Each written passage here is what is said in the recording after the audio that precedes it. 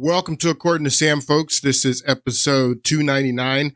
Thank you for joining me today. I took Monday off. I was traveling, and I'm back on the mic today. Hope you guys have had a great week. We're going to get back into what I've been talking about in the last couple of podcasts, get back into talking about the economy. And I was telling the story about how we got into debt.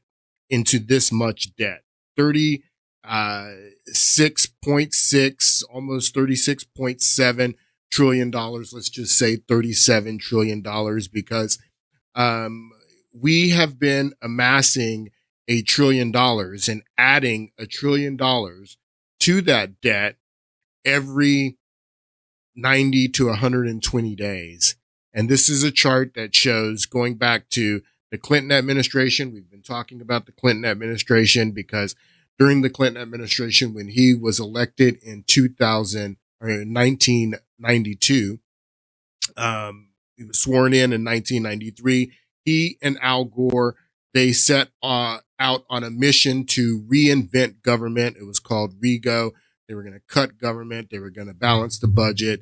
And this starts in 1996. It shows it took 7 years between 1996 and 2002 to add $1 trillion to the national debt. But now, as I said, we're adding $1 trillion to the national debt every 90 to 100 days. It's like a snowball in the cartoons that is, rolling downhill, and it's gaining more speed and getting bigger as it goes.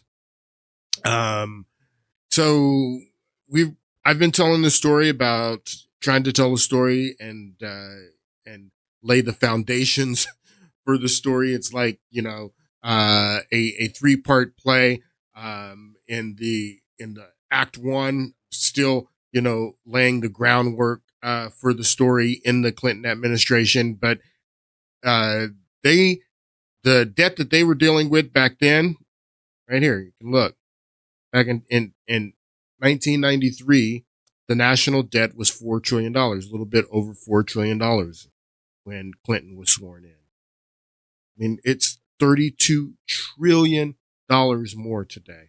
So I want to tell the story about how we got here. I want to get back into talking about this. And there's a lot of focus on the economy right now. Everyone's focused on Trump's economic policies. He's implemented sweeping tariffs, and the stock market and the S&P and Dow Jones, they don't like it very much. But I want to talk about that in context with this debt and how we got so far in debt.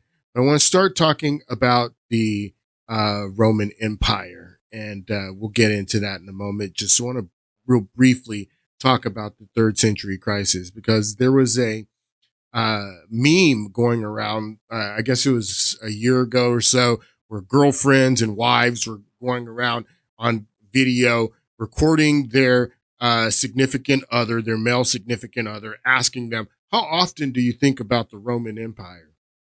And some of these guys were like, once or twice a week, I think about the Roman Empire, because a lot of men think about the Roman Empire. And the reason that we think about the Roman Empire, because we always like to ponder on how this great empire fell, the Western Empire.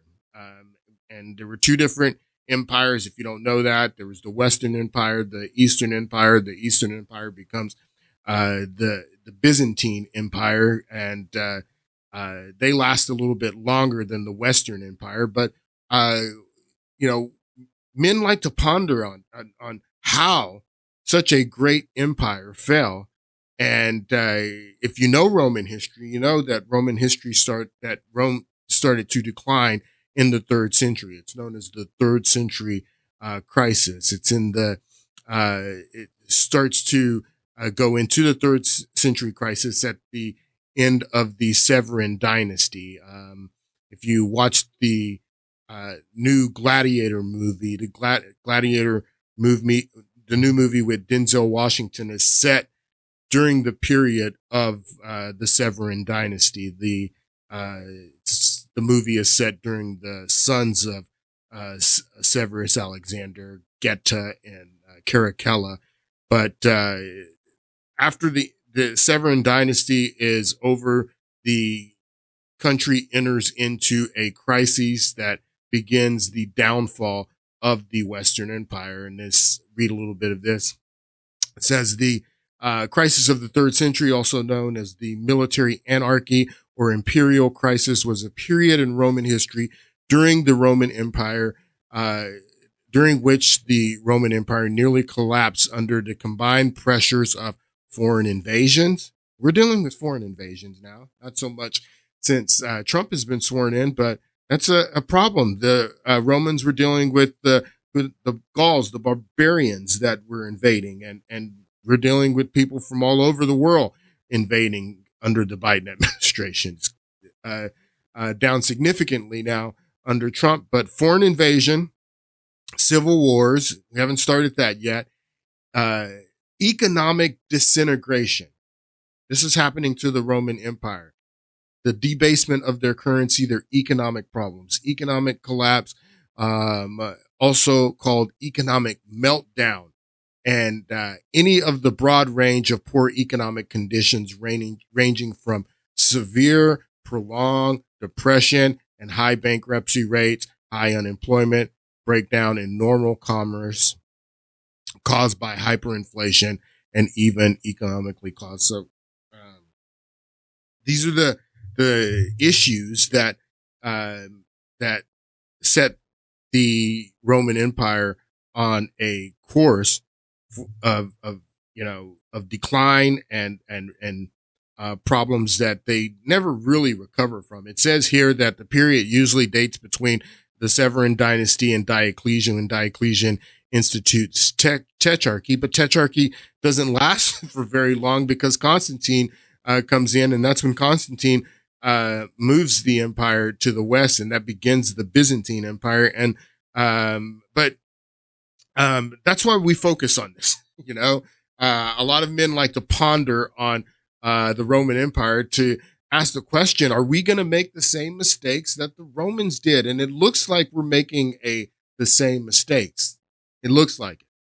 Another story that I want to talk about real briefly is this story of Joseph in the Bible, in the book of Genesis. If you don't know the story of Joseph, Joseph is the 11th son of Jacob, who becomes Israel. Joseph is sold into slavery in Egypt by his brothers. And then Joseph interprets, ends up in prison. He interprets the dreams of these two guys that worked for the Pharaoh that were in prison, the cupbearer and the baker. And then later on, the Pharaoh has a dream, and then Joseph interprets the Pharaoh's dream. And the dream that Pharaoh dreams is of 7 fat calves that are sitting on the bank of the Nile, and then 7 famished cows, real skinny cows. They come out of the Nile and they eat the fat calves, and then also 7 healthy heads of grain, and then 7 famished heads of grain, and the 7 famished heads of grain eat the healthy heads of grain. And then Joseph prays to God that God would give him the interpretation of the dream. And Joseph tells him that you're going to have 7 years of good time, plenty harvest. You're going to be living high on the hog for 7 years. But then you're going to have 7 years after that where there's going to be famine. There's not going to be anything throughout all of the kingdom and it's going to be really hard times. And I think about this story that, as far as if you know the story, Joseph is put in charge of Pharaoh asked him, what should he do? And he says, well, during the time of plenty, in the 7 years of plenty. And I love that it's 7 years, because if you understand the business cycle, the business cycle is usually 7 years. So, and this is in this passage in Genesis in the Torah. It's thousands of years old, but 7 years is the business cycle. But Joseph tells him that what you should do in the 7 years of plenty, when you're living high on the hog and you got plenty and everything's going good, what you need to do is store up some of that grain, store up some of that plenty and reserve that so you have it. So when the famine comes, when the bad times come, then you'll be able to, have something stored up, have something in reserves. And I think that that's a great concept about economics too, just basic economics, that there's not going to be good times all the time. That, that's the nature of the business cycle. It's boom and bust. And when it's booming, I would think that it makes sense to put something back for the hard times when you know that the bust is coming. But the American people don't like that. They don't like that at all. There is a English economist by the name of John Maynard Keynes, who lived during the late 19th century, early 20th century, famous economist. He predicted World War II. He was there in France during the Treaty of Versailles. He was very critical of the reparations that France and his own country, England, and even the United States through Wilson, that the reparations that were imposed on Germany, Keynes said that it was going to surely cause them to build up their armies, and it was going to cause another war that they were too harsh. He was a brilliant economist, Lord Keynes. He was knighted, but his theories of economics are something that are widely accepted in modern American economics. And what his theory is, John Maynard Keynes, he was an English economist, is what this says, and philosopher. And I think that's so key, because you got to understand is that most of economics is theory and philosophy, economic theory, economic philosophy. You got to understand that, because this is what most of this stuff, what George H.W. Bush said about Reaganomics, voodoo economics is what he said. A lot of this stuff is voodoo economics. It's theoretical, it's philosophical, and it's caused major problems in this country, this voodoo economics. But John Maynard Keynes was an economist, a philosopher whose ideas fundamentally changed the theory and practice of microeconomics and the economic policies of governments. Originally trained in mathematics, he built and greatly refined early works on the causes of the business cycles. The business cycles. These are the intervals of boom and bust that I was just talking about. That Joseph was interpreting the Pharaoh's dream, telling him about the business cycle. You're gonna have a business cycle here in Egypt, Pharaoh. 7 years of plenty, 7 years of famine. And Keynes, he built and greatly refined earlier works on the causes of the business cycles. One of the most influential economists of the 20th century. Actually, and Keynesian economics is a philosophical economic point of view. Okay, I have this video of this guy. He kind of goes into Keynesian economics and explains exactly what it is.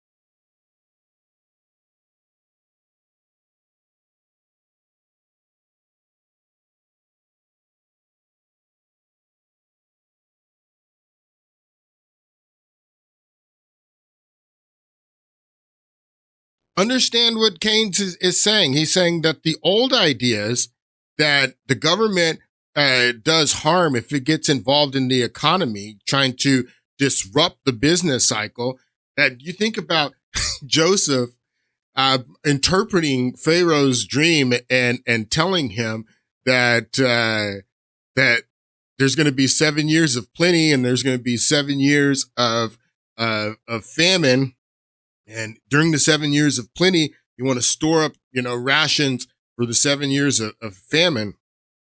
I think about if the Egyptian economy worked the way our economy works today, you'd have, these egghead, Wall Street guys creating financial instruments to sell, to bet on the 7 years of plenty, and then also have financial instruments like put options so you can bet and still make money in the years of famine. And there is a lot of things going on in our economy, voodoo economics, if you will.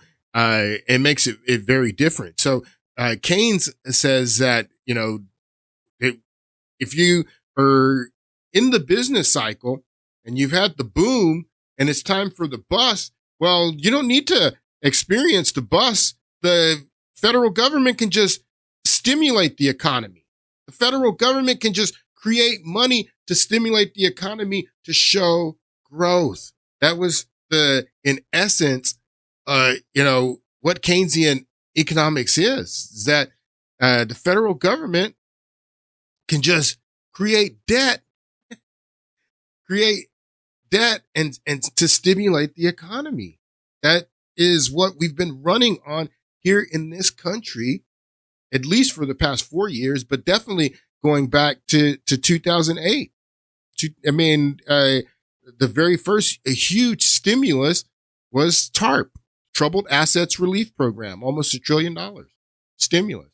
And then you had the American Recovery Reinvestment Act, and it's just been stimulus, along with in Obama's first few years, the negative interest rates to stimulate the economy after the crash. So, and in 2008, 2009, when you had the financial crash, there should have been deep research and understanding from the people about, how we got here, how you had a crash like that. And there should have been pain, but they didn't want the pain. They didn't want the pain of the crash. They didn't want people asking questions about how the crash happened. A lot of people made money off the crash. So they stimulated the economy and gave us negative interest rates. But there was nothing that the economy was really built on, financial instruments and financial services. That's not real. That's not real wealth.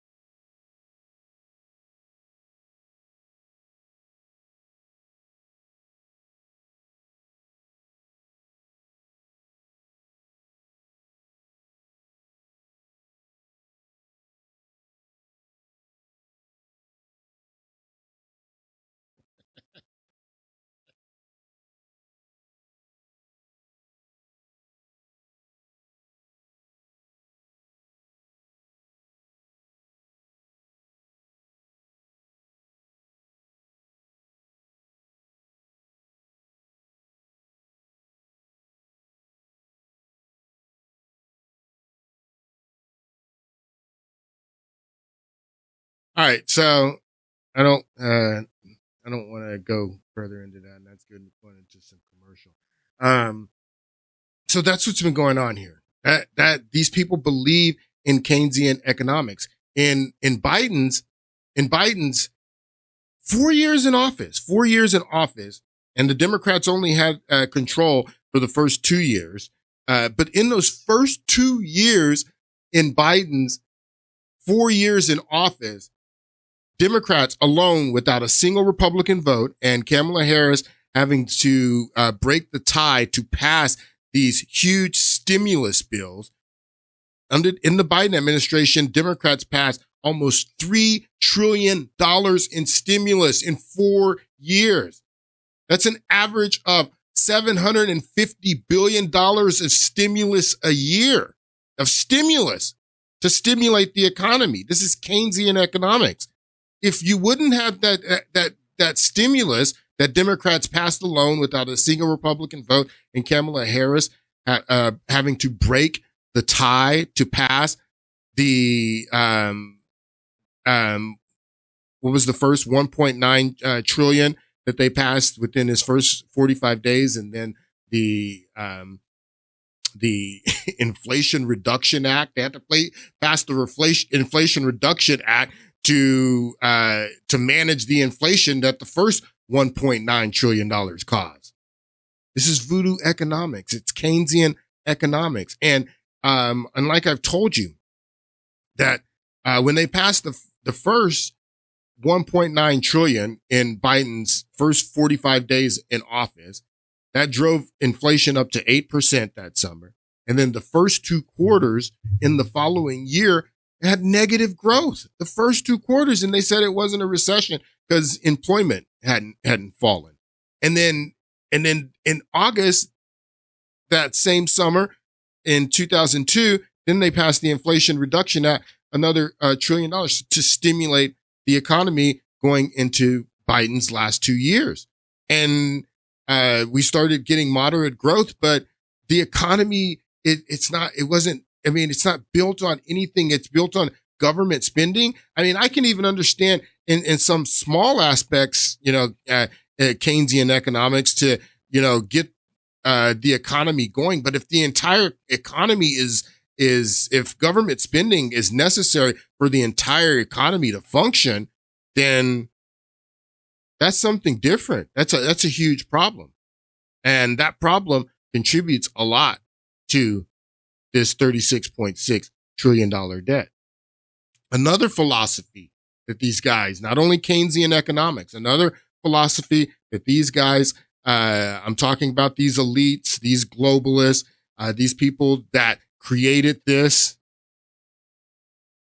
And I can't believe that people are listening to the people that created this. I can't believe that people are listening to the people that got everything wrong about our economy for the last 20 years. I can't believe people are listening to them. But the people that created this, people like Alan Greenspan, another philosophical economic theory that they believe in is modern monetary theory. And this is what modern monetary theory is.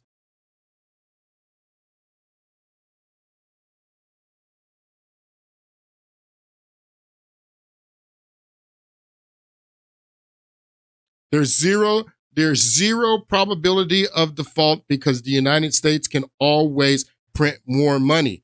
That the United States can just print $36 trillion right now? Alan Greenspan? That's voodoo economics. It's ridiculous.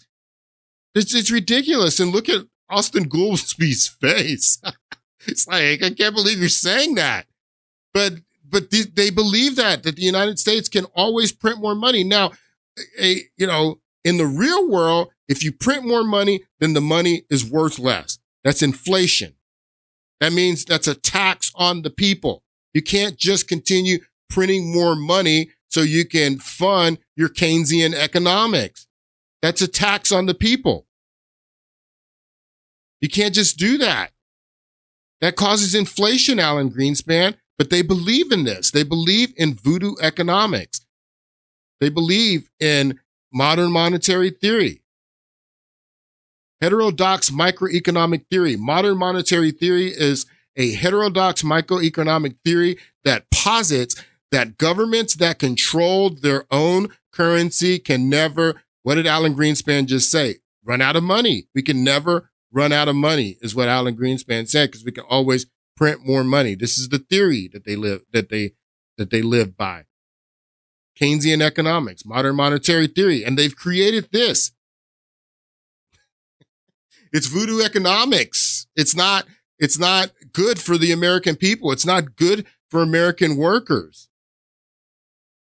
That's what they believe in. That governments that can, it's all philosophical. It's all economic theory, and they've been wrong. That governments that control their own money, currency, can never run out of money in the same way businesses or individuals can. It suggests that government spending should not be constrained by fears of rising debt. And we shouldn't be worried about this, is what they tell us. Well, the Fed's worried about it. The Fed says that that's why interest rates are so high right now, because of this, because the debt is too strong, or we have too much debt. Somebody's worried about this. The eggheads, I guess, that believe in heterodox microeconomic theories aren't worried about it, but somebody's worried about that. So this is China. This video came out earlier this week. We always used to watch the Jetsons in the 1970s and be like, well, when are we going to have the flying cars? They always told us that the future was flying cars and everything, robots doing all of our cleaning and everything around the house. When are we going to have that? Well, China's having it. Look at this. This is China now.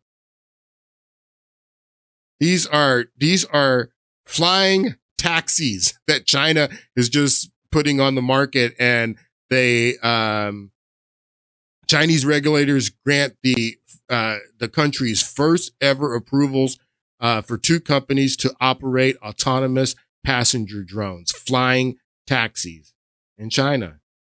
I mean, China's coming up. I mean, their infrastructure, if you look at China's infrastructure, I mean, China is becoming the big dog on the planet. And how did they do that? Well, Glenn Greenwald, he tweeted this out, and he said, China hasn't fought a war since 1979. China hasn't fought a war since 1979. And that was a 1-month border conflict. Amazing what a country can build and achieve when it's not draining its resources to constantly invade, bomb, and finance other wars. Absolutely, Glenn Greenwald. It also connected its whole country with high-speed rail. Not only that, high-speed rail, flying cars. I mean, their infrastructure is insane. But Glenn Greenwald is absolutely right. That's what I've been telling you. That in telling the story about how we created this $37 trillion in debt, I'm telling you that there is a correlation between war and debt and peace and prosperity. And the reason that China is having so much prosperity right now and they're on the come up is because they haven't been fighting wars like we have for the last 20 years. Just completely stupid. We're going to talk about that. We're going to get into how at the end of the Clinton administration in 2000, where we were in 2000, and then what happened in 2001 to take us back into war. We talked a little bit about it in the last podcast, because instead of fighting nations, we're going to start fighting some new mythical enemy called the terrorists. And the terrorist is never going to go away. We're going to always be fighting the terrorists. I mean, it's truly Orwellian, but yes. So China's been on the come up for the last 20 years because they haven't been fighting wars. We've shipped off all of our manufacturing to China, which we're going to talk about here in a moment. But China's that's what you need to understand, is that China's on the come up and America is on the decline. And what you also got to understand is, like I was talking about, Joseph interpreting the Pharaoh's dream, and that if you're an investor and you got a bunch of money and you're looking to invest and you're looking at the future, not only, what's going on right now, because that's what they want, the American people to look at, and look at you have the stock market ticker, and all the news is projecting all this FUD. FUD is the acronym, means fear, uncertainty, and doubt. that you see going on around Trump's policies with these tariffs, and that we're going into a recession, and just fear, uncertainty, doubt, fear, uncertainty, doubt. That's what's going on in the media right now. And where was I going? Let me drink some water real quick. But the point that I was going to make is that, where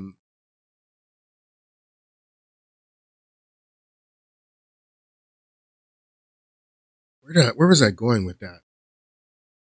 That the media is focusing on all of the fear, uncertainty, and doubt around these tariffs. And they want you looking at the stock market. They want you looking at your 401k, and they only want you looking at the now and what's going on right now, not looking at the future.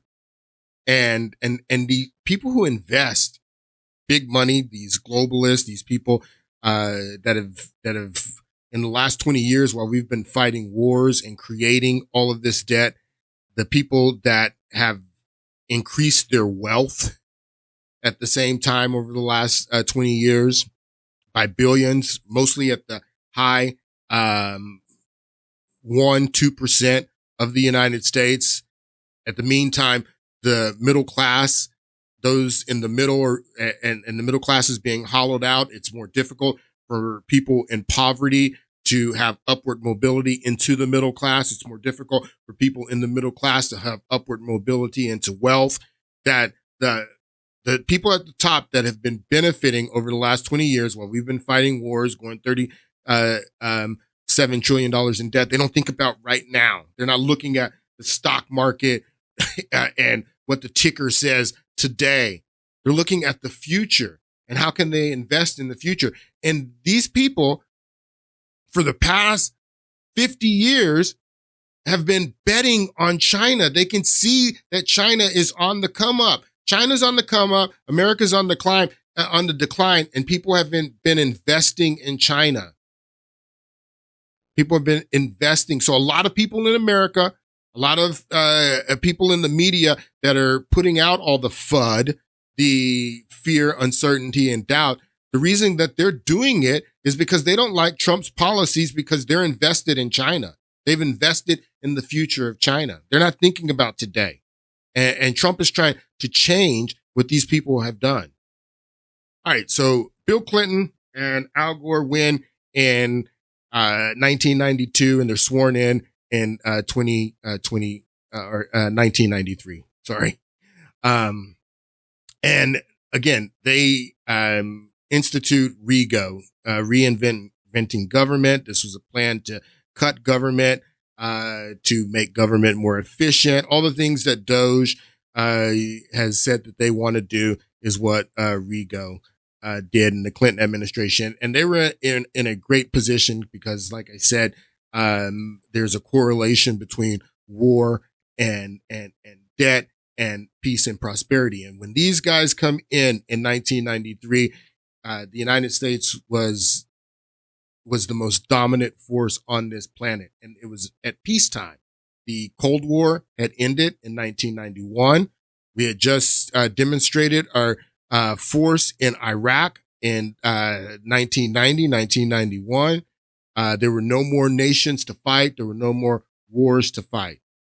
And like I told you, we talked about in the last podcast, started talking about the World Trade bombing in 1993, just a few weeks after they're sworn in. That's the beginning of the new enemy, the enemy that doesn't have to be a nation. It can be anybody from anywhere in the world. But at this time, there was no war being fought. We were completely at peace. So it was a great time to reorganize government, to cut military spending. We talked about the BRAC commissions and how they closed all these bases and redirected a lot of those funds into balancing the budget and creating a great economy. They really did. A lot of what they did had to do with trade policies. And you remember in 1992, the election was between three people. It was between Bill Clinton. It was between George H.W. Bush that was running for reelection and H. Ross Perot, who was running as an independent. We talked about the fact that H. Ross Perot was winning, doing very well. For some reason, he drops out of the race. He gets back in the race and he doesn't do very well. I mean, a lot of people speculate that if Ross Perot would not have gotten out of that election and would have ran to the end as an independent, he would have won that election. And that would have been a huge deal, a huge blow to the two-party system. But that's not what happened. Bill Clinton and Al Gore win. They come out successful. And a lot of the things that H. Ross Perot was running on, he had a lot of support throughout the country. It was a lot of the ideas that he was running on. They were very popular with the rest of the country. And when Bill Clinton comes in, he picks up on a lot of those ideas that Ross Perot was talking about. And a lot of that is what influenced the Rego and what influenced the policy by Bill Clinton and Al Gore to reinvent government, to make it more efficient, to cut all these jobs and everything that he did. These were ideas and policies that Ross Perot was talking about when he was running. Take a look at this clip. This is a clip of a 30-minute ad. Ross Perot was a wealthy businessman. He financed most of his own campaign. This is a 30-minute ad that he purchased in the middle of the campaign to talk about what he called reforming government, reinventing government. I mean, they took what I'm trying to tell you is that Bill Clinton and Gore, they took Ross Perot's very popular ideas and they ran with them.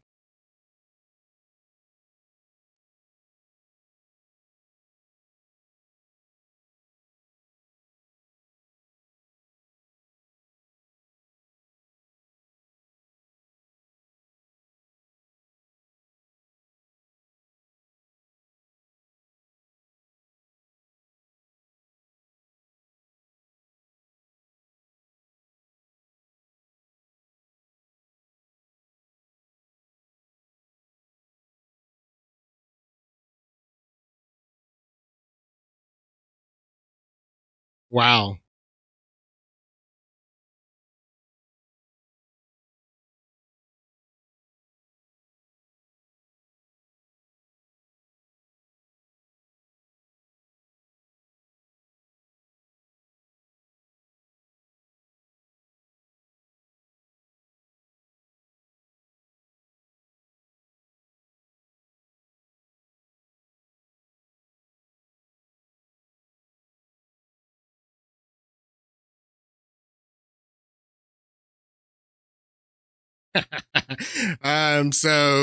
He goes into, he has all these charts and everything. And then he goes in and breaking down all the points where the government is fat and bloated.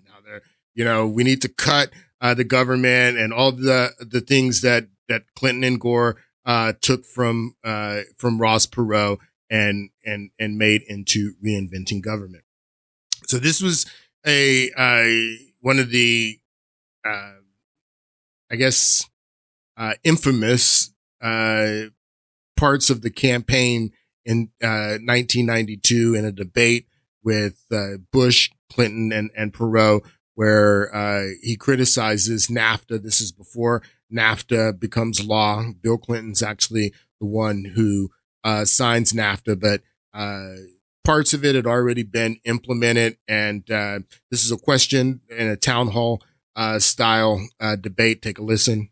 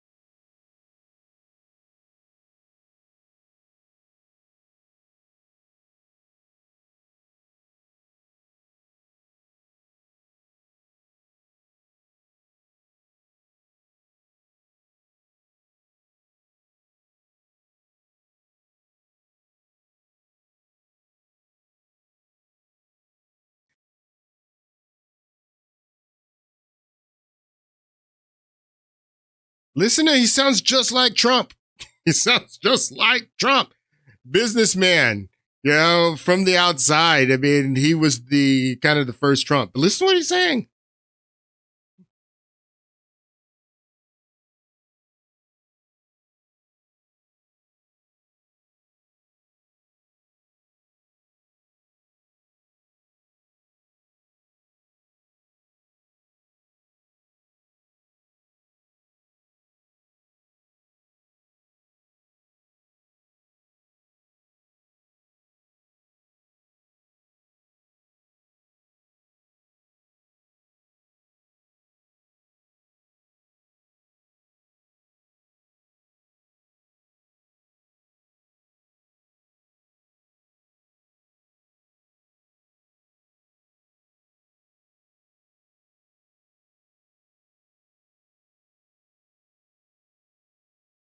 Not only South.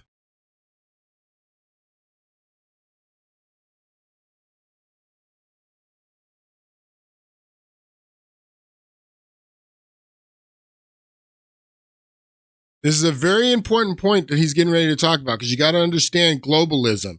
Because what the globalists want, the globalists, they don't have any national connection. They're internationals. They see the world as one world, and they don't have any allegiance to any nation. That's what makes them globalists. Okay, and what globalists want is a global equilibrium in the price of labor. Okay, so that's the only way that this is going to stop is if you have free trade throughout all the world, because people are always going to go to the cheapest labor. So for this to stop, you will have to have a global equilibrium that where the price of labor is the same everywhere on the earth is what is the only way that this will work. And listen to what he says here. This is very important.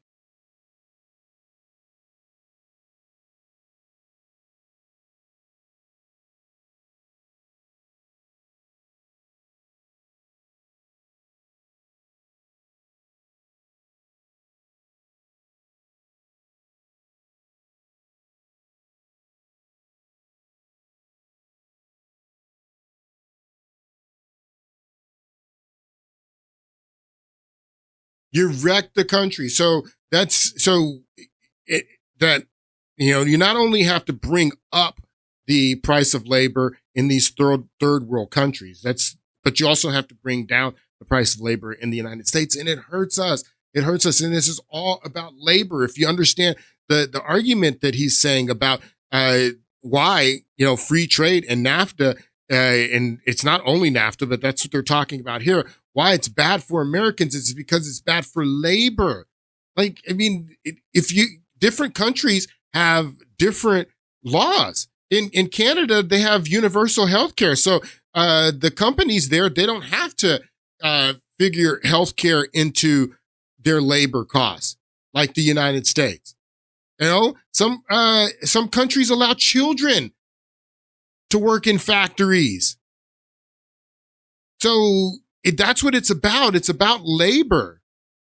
And yes, these Trump tariffs, yeah, they're going to hurt your stock market for a little while. They're going to hurt your 401k for a few days. But I'm asking you not to only look at what's going on today. I'm asking you to look at like these big globalist investors and look into the future, because that's what they did when they invested into China. I thought this was such an interesting clip from Erin Burnett on CNN yesterday. She's criticizing Trump's tariffs, and she criticizes the way that he calculated, and they've been doing this on CNN, spreading all the FUD. They've been criticizing the way that he calculated these tariffs on countries like China's getting the most, Vietnam, where China uses Vietnam to push out a lot of their products to us because of their overcapacity. And I want you to listen to what she says here, because as she's criticizing him, and she thinks it's better. It's like crazy.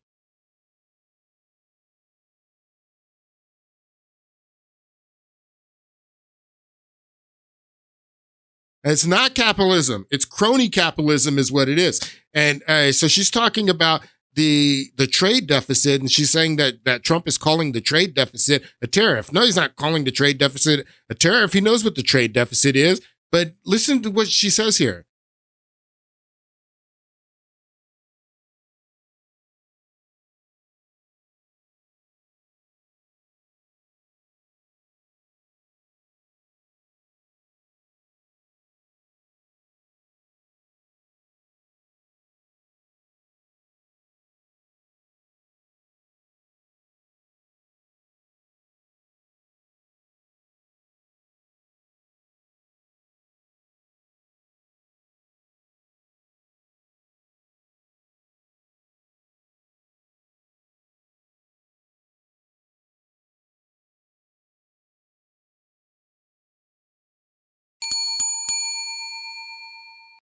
So she says it right there that labor is cheaper in Vietnam. So that's why we have the trade deficits, because factories from America that want to sell in America, because America has the more purchasing power than any nation on earth. America consumes 20% of the world's consumption. So everybody wants their products in America, but she says that American factories go over to Vietnam because the labor is cheaper. How are you going to compete with that? It's about labor.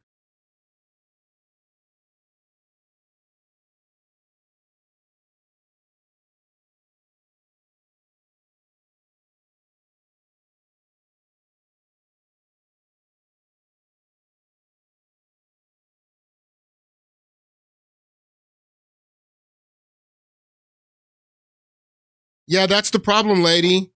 That's the problem. That's the problem. So I have this clip here about NAFTA. I want you to watch it. Bill Clinton ends up signing NAFTA in 1993, but as this clip shows, across both parties, going back to Ronald Reagan and Milton Friedman. Actually, they say that Ronald Reagan is the brainchild behind this, but it's actually Milton Friedman. Take a listen.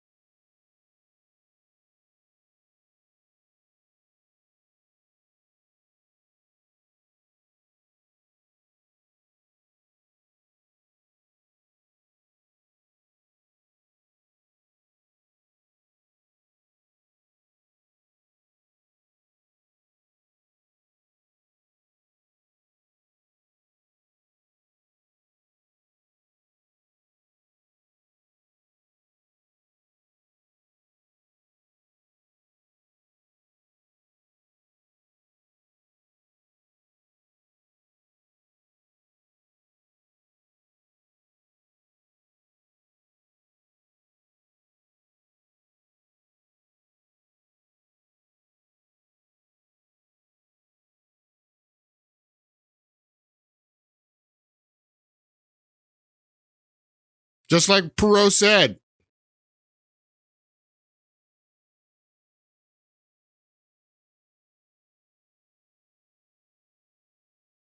Notice that they say when he was campaigning in 2008, because Obama talked a lot about rectifying this and doing what Trump is doing essentially when he was campaigning in 2008. But as soon as he got elected, things changed.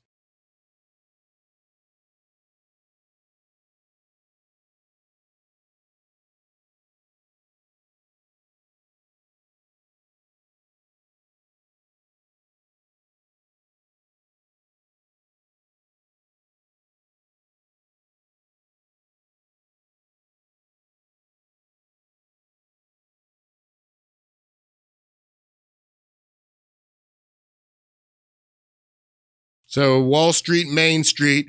He talked a lot about that in the middle of the crash when he was running in 2008. Then he gets elected, brings on Larry Summers, brings on Timothy Geithner, men who caused the crash.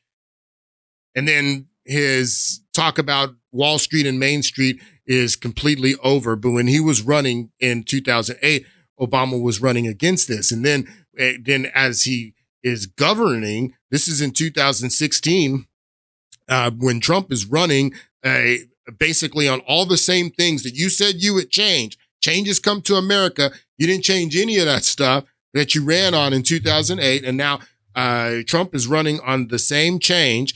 And this is in 2016 when Obama's leaving office, and he does nothing to rectify this problem and to empower the middle class and the Main Street. He does everything to bail out Wall Street and to repair Wall Street after the crash.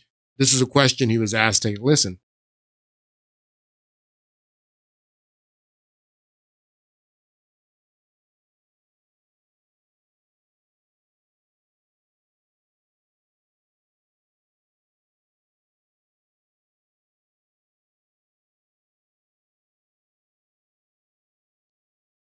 All of our jobs leaving, buddy.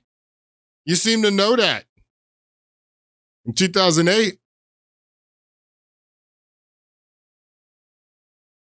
the future.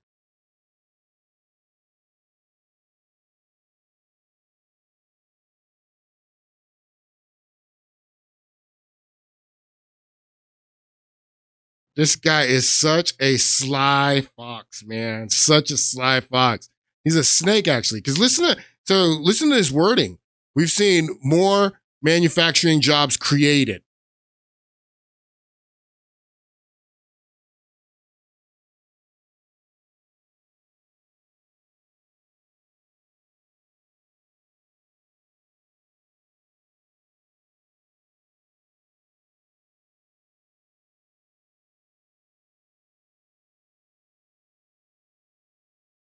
Very long, long time.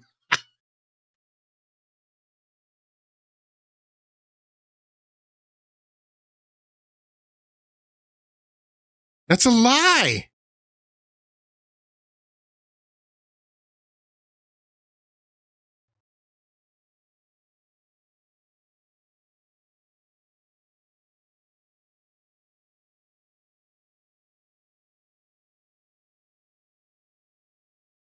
Listen to what he's saying. So he's saying he understands the problem, the same problem that Ross Perot identified back in 1992, that if a country has lower wages and lower standards, whether it be environmental standards or whatever, that allows companies to cut their overhead by manufacturing the products there in this country that doesn't have the environmental standards that we have, doesn't have the labor standards that we have, and for cheaper price, they're always going to go for that cheaper labor. And what he's saying is he's been working to raise the prices in these other countries. No, that's not what's happening. What's happening is what's going to happen is what Ross Perot says. Yeah, you're going to raise the wages of these other countries insignificantly. At the same time, you're going to be lowering the wages in this country. So you have the global equilibrium that I was talking about. But he understands the problem well. And the problem is not that you need to raise the wages of these other countries, because if you raise the wages of these other countries, then there's no benefit for the corporation to go over to Vietnam or to China to make their products, because then they have to pay to ship it back over to the United States. And that's more to their cost. You got to think about that the labor is so cheap over there that it makes more sense to ship it all the way over to the United States than just make it here.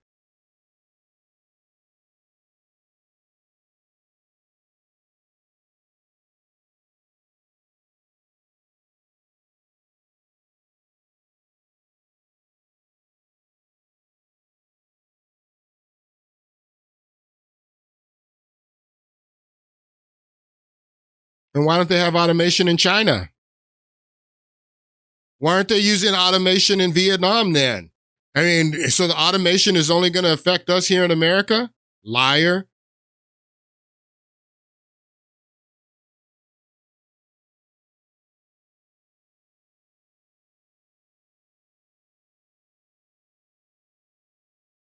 Green jobs, shovel-ready jobs.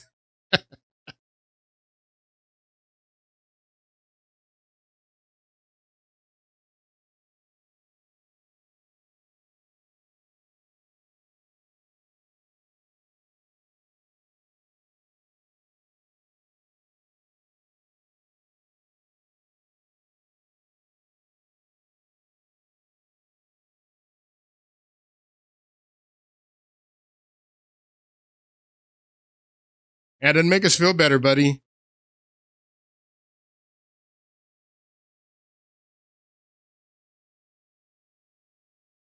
The new jobs. Some of those jobs aren't coming back, and we need to train for the new jobs. Okay, that's very important, what he's saying. So now this is Obama and Kamala Harris. I want to show you this clip. This is them criticizing Donald Trump and his policies and his attempts to try to bring those jobs back. Now, I don't know if this is going to work, what Trump is trying to do, but at least he's trying to do something that you said that you were going to do in 2008, but you did not do, Obama. And now you're sitting back and being critical. Kamala Harris being critical of what Trump is doing. If Trump wanted to be like Kamala Harris and Joe Biden, he would just tell the Republicans in Congress to pass $1 trillion in stimulus, Keynesian economics, and dump it into the economy. The stock market would be booming. Your 401k would be booming, but that would add another $1 trillion to this.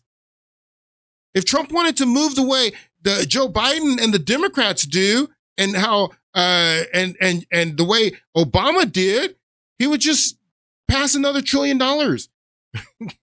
Tell Congress to pass another $1 trillion. He'd sign it, put it into the economy. The stock market's booming. Your 401k is booming.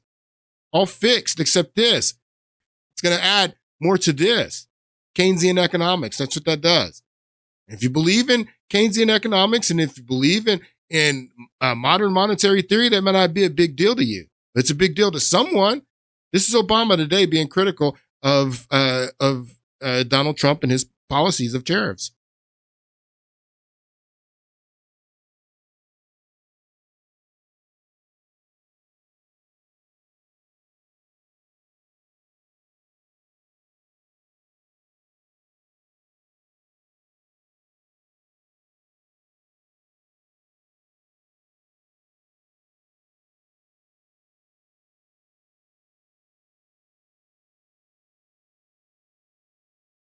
Wow.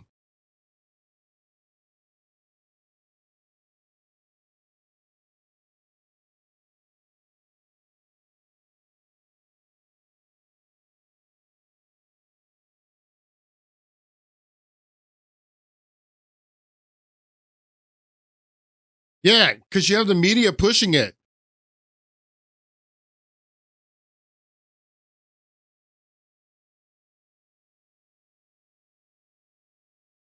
Wow. Wow. Wow. And they're trying to act like the economy was just great and everybody, it was just great economy under Biden and Harris, and Trump came in and ruined it. No, you guys passed $3 trillion in stimulus that created the economy that you guys were calling this great economy. And Trump could have the same economy that you guys had if he would just pass the stimulus. Trump is not interested in passing stimulus. He's interested in rebuilding the fundamentals of this economy and building an economy that is based on production and not debt, Kamala Harris. I just think that's a joke. And as far as being against free trade and using tariffs and worried about the middle class and the workers, this used to be something that Democrats fought for. This is why all the Republicans are talking about Ronald Reagan and how Ronald Reagan's turning in his grave because of the tariffs and all this stuff, because Republicans were against this. And the people that were fighting for the middle class and for middle class jobs were Democrats. And something changed. Lots changed. But this is what Nancy Pelosi was saying back in the day about free trade in 1996.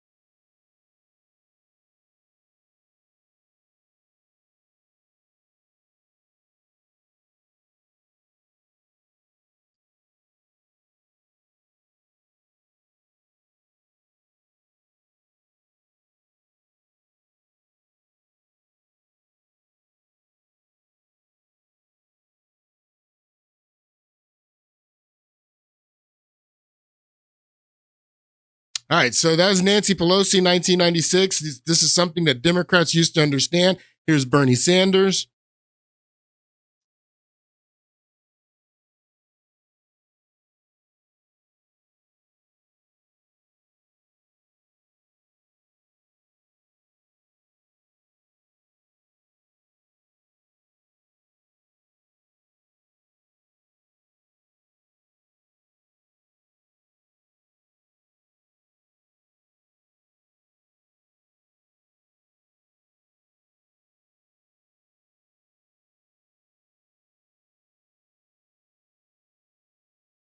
So they used to all understand that. What happened? What happened to you guys? I remember 1999 when the World Trade Organization was here in Seattle and you had the Battle of Seattle. All these Democrats, all these leftists, they're protesting world trade. The 1999 Seattle World Trade protests, sometimes referred to as the Battle for Seattle, were a series of anti-globalization protests surrounding the WTO conference, where members of the World Trade Organization, this is all left-wing activists. This is all something that Democrats and progressives on the left wings, they used to understand about free trade and how we were getting robbed and how they were against globalization. Something's changed. What happened? What happened to you guys? All right, I don't have time to go into all of this. I'll play this last clip. This is a clip that video that Donald Trump tweeted out earlier today. It's the nail on the head. This will be the last clip of the day, and I'll see you guys on Monday.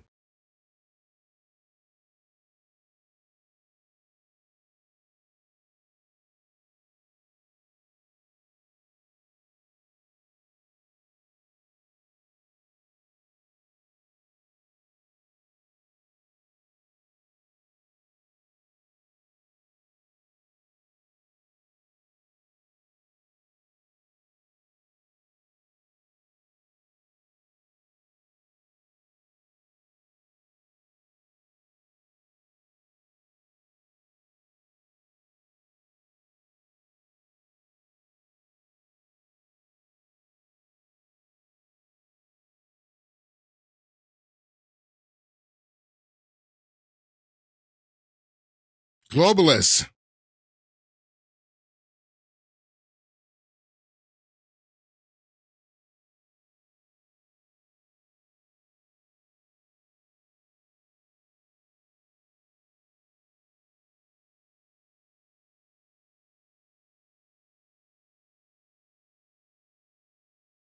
All right, so I did say that this is going to be the last clip. I have this one more clip that I want to play, so you got to understand this too.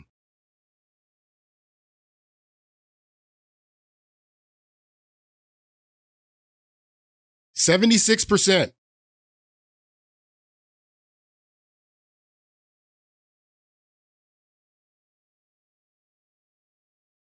78%.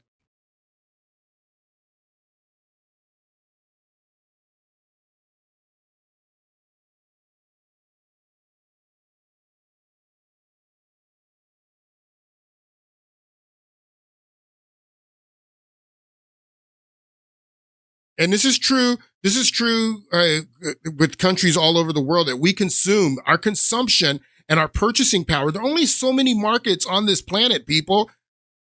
We consume 20% of the world's consumption. We have purchasing power to purchase all of their products. They all have to have their products in our country.